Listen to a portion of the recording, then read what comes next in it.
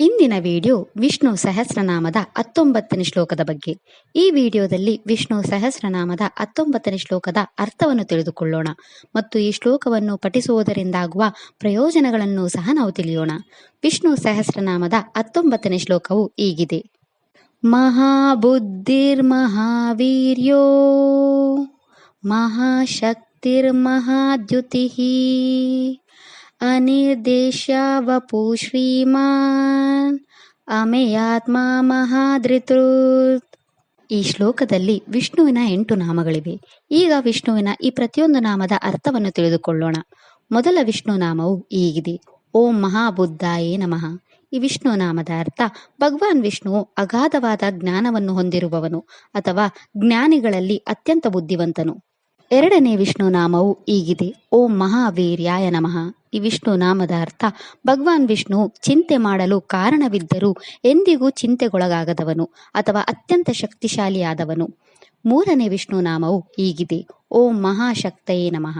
ಈ ವಿಷ್ಣು ನಾಮದ ಅರ್ಥ ಭಗವಾನ್ ವಿಷ್ಣು ಬಹಳ ಬಲಶಾಲಿ ಅಥವಾ ಶಕ್ತಿ ಮತ್ತು ಕೌಶಲ್ಯದ ಮಹಾನ್ ಸಂಪನ್ಮೂಲಗಳನ್ನು ಹೊಂದಿರುವವನು. ನಾಲ್ಕನೇ ವಿಷ್ಣು ನಾಮವು ಹೀಗಿದೆ: ಓಂ ಮಹಾದ್ಯುತಯೇ ನಮಃ. ಈ ವಿಷ್ಣು ನಾಮದ ಅರ್ಥ ಭಗವಾನ್ ವಿಷ್ಣು ಒಳಗೂ ಹೊರಗೂ ಮಹಾ ತೇಜಸ್ಸುಳ್ಳವನು ಅಥವಾ ತೀವ್ರ ತೇಜಸ್ಸುಳ್ಳವನು. ಐದನೇ ವಿಷ್ಣು ನಾಮವು ಹೀಗಿದೆ: ಓಂ ಅನಿರ್ದೇಶ್ಯ ವಪುಷೇ ನಮಃ.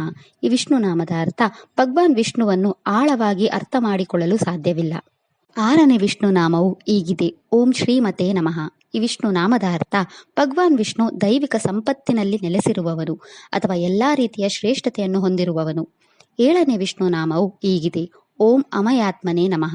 ಈ ವಿಷ್ಣು ನಾಮದ ಅರ್ಥ ಭಗವಾನ್ ವಿಷ್ಣು ಅಪಾರ ಜ್ಞಾನವನ್ನು ಹೊಂದಿರುವವನು ಅಥವಾ ಯಾರಿಂದಲೂ ಬುದ್ಧಿವಂತಿಕೆಯನ್ನು ಅಳೆಯಲಾಗದವನು. ಎಂಟನೇ ವಿಷ್ಣು ನಾಮವು ಹೀಗಿದೆ: ಓಂ ಮಹಾಧೃತೃತೇ ನಮಃ. ಈ ವಿಷ್ಣು ನಾಮದ ಅರ್ಥ ಭಗವಾನ್ ವಿಷ್ಣು ದೊಡ್ಡ ಪರ್ವತಗಳನ್ನು ಎತ್ತಿದವನು ಅಥವಾ ಕ್ಷೀರಸಾಗರ ಮಂಥನದ ಸಮಯದಲ್ಲಿ ಮಂದಾರ ಎಂಬ ಮಹಾಪರ್ವತವನ್ನು ಎತ್ತಿ ಹಿಡಿದವನು ಮತ್ತು ತನ್ನ ಕೃಷ್ಣ ಅವತಾರದಲ್ಲಿ ಗೋವರ್ಧನ ಪರ್ವತವನ್ನು ಎತ್ತಿದವನು. ವಿಷ್ಣು ಸಹಸ್ರನಾಮದ ಈ 19ನೇ ಶ್ಲೋಕವು ಭಗವಾನ್ ವಿಷ್ಣುವು ಎಲ್ಲವನ್ನು ಬಲ್ಲವನು, ಅವನಿಗೆ ಹೋಲಿಸಲಾಗದ ಮನಸ್ಸು ಮತ್ತು ಭವ್ಯ ಸ್ವಭಾವವಿದೆ. ಅವನಿಗೆ ಬದಲಾಗದ ಶಕ್ತಿ, ಅಪಾರ ಸಾಮರ್ಥ್ಯ ಮತ್ತು ಸ್ವಯಂ ಪ್ರಕಾಶಮನ ಸ್ವಭಾವವಿದೆ. ಭಗವಾನ್ ವಿಷ್ಣುವಿನ ದೇಹವು ದೈವಿಕವಾಗಿದೆ. ಅವನು ಆ ದೈವಿಕ ದೇಹಕ್ಕೆ ಸೂಕ್ತವಾದ ವಿವಿಧ ಆಭರಣಗಳಿಂದ ಅಲಂಕರಿಸಲ್ಪಟ್ಟಿದ್ದಾನೆ. ಅವನು ದೊಡ್ಡ ಪರ್ವತವನ್ನು ಹೊತ್ತಿಕೊಳ್ಳುವ ಸಾಮರ್ಥ್ಯ ಹೊಂದಿದ್ದಾನೆ. ಈ ಶ್ಲೋಕವನ್ನು ನಿಯಮಿತವಾಗಿ ಪಠಿಸುವುದರಿಂದ ಬುದ್ಧಿಶಕ್ತಿ ಬೆಳೆಯುತ್ತದೆ.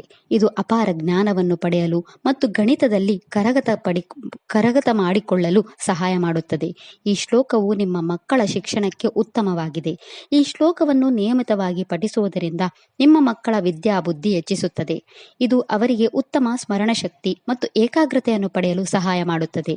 ಈ ಶ್ಲೋಕವನ್ನು ವಿಶೇಷವಾಗಿ ವಾಕ್ಸಿದ್ಧಿಗಾಗಿ ಪಠಿಸಲಾಗುತ್ತದೆ. ಈ ಶ್ಲೋಕವು ನಿಮ್ಮ ಮಕ್ಕಳು ತಮ್ಮ ಶಿಕ್ಷಣದಲ್ಲಿ ಯಶಸ್ಸನ್ನು ಪಡೆಯಲು ಸಹಾಯ ಮಾಡುತ್ತದೆ. ಈ ಶ್ಲೋಕವನ್ನು ಪೋಷಕರು ತಮ್ಮ ಮಕ್ಕಳ ಶಿಕ್ಷಣಕ್ಕಾಗಿ ಪಠಿಸಬಹುದು ಅಥವಾ ನೀವು ನಿಮ್ಮ ಮಕ್ಕಳನ್ನು ಪಠಿಸುವಂತೆ ಮಾಡಬಹುದು. ಮೃಗಶಿರ ನಕ್ಷತ್ರಕ್ಕೆ ಸೇರಿದ ಜನರು ತಮ್ಮ ಜೀವನದಲ್ಲಿನ ಎಲ್ಲಾ ಸಮಸ್ಯೆಗಳನ್ನು ತೊಡೆದುಹಾಕಲು ಮತ್ತು ನಿಮ್ಮ ಜೀವನದಲ್ಲಿ ಎಲ್ಲಾ ಶುಭಗಳನ್ನು ಪಡೆಯಲು ಈ ಮಂತ್ರವನ್ನು 27 ಬಾರಿ ಜಪಿಸಬೇಕು. ಇದಿಷ್ಟು ವಿಷ್ಣು ಸಹಸ್ರನಾಮ ಸ್ತೋತ್ರದ 19ನೇ ಶ್ಲೋಕದ ಕುರಿತಾಗಿತ್ತು. ನಾಳೆಯ ವಿಡಿಯೋದಲ್ಲಿ ವಿಷ್ಣು ಸಹಸ್ರನಾಮದ 20ನೇ ಶ್ಲೋಕದ ಮೇಲೆ ಚಿಂತನೆಯನ್ನು ಮಾಡೋಣ. ಶ್ರೀಕೃಷ್ಣ ಅರ್ಪಣಮಸ್ತು. ಈ ವಿಡಿಯೋ ಇಷ್ಟ ಆದರೆ ಲೈಕ್ ಮಾಡಿ, ಶೇರ್ ಮಾಡಿ ಮತ್ತು ಚಾನೆಲ್ ಸಪೋರ್ಟ್ ಮಾಡೋಕೆ ಸಬ್ಸ್ಕ್ರೈಬ್ ಮಾಡಿ. ಧನ್ಯವಾದಗಳು.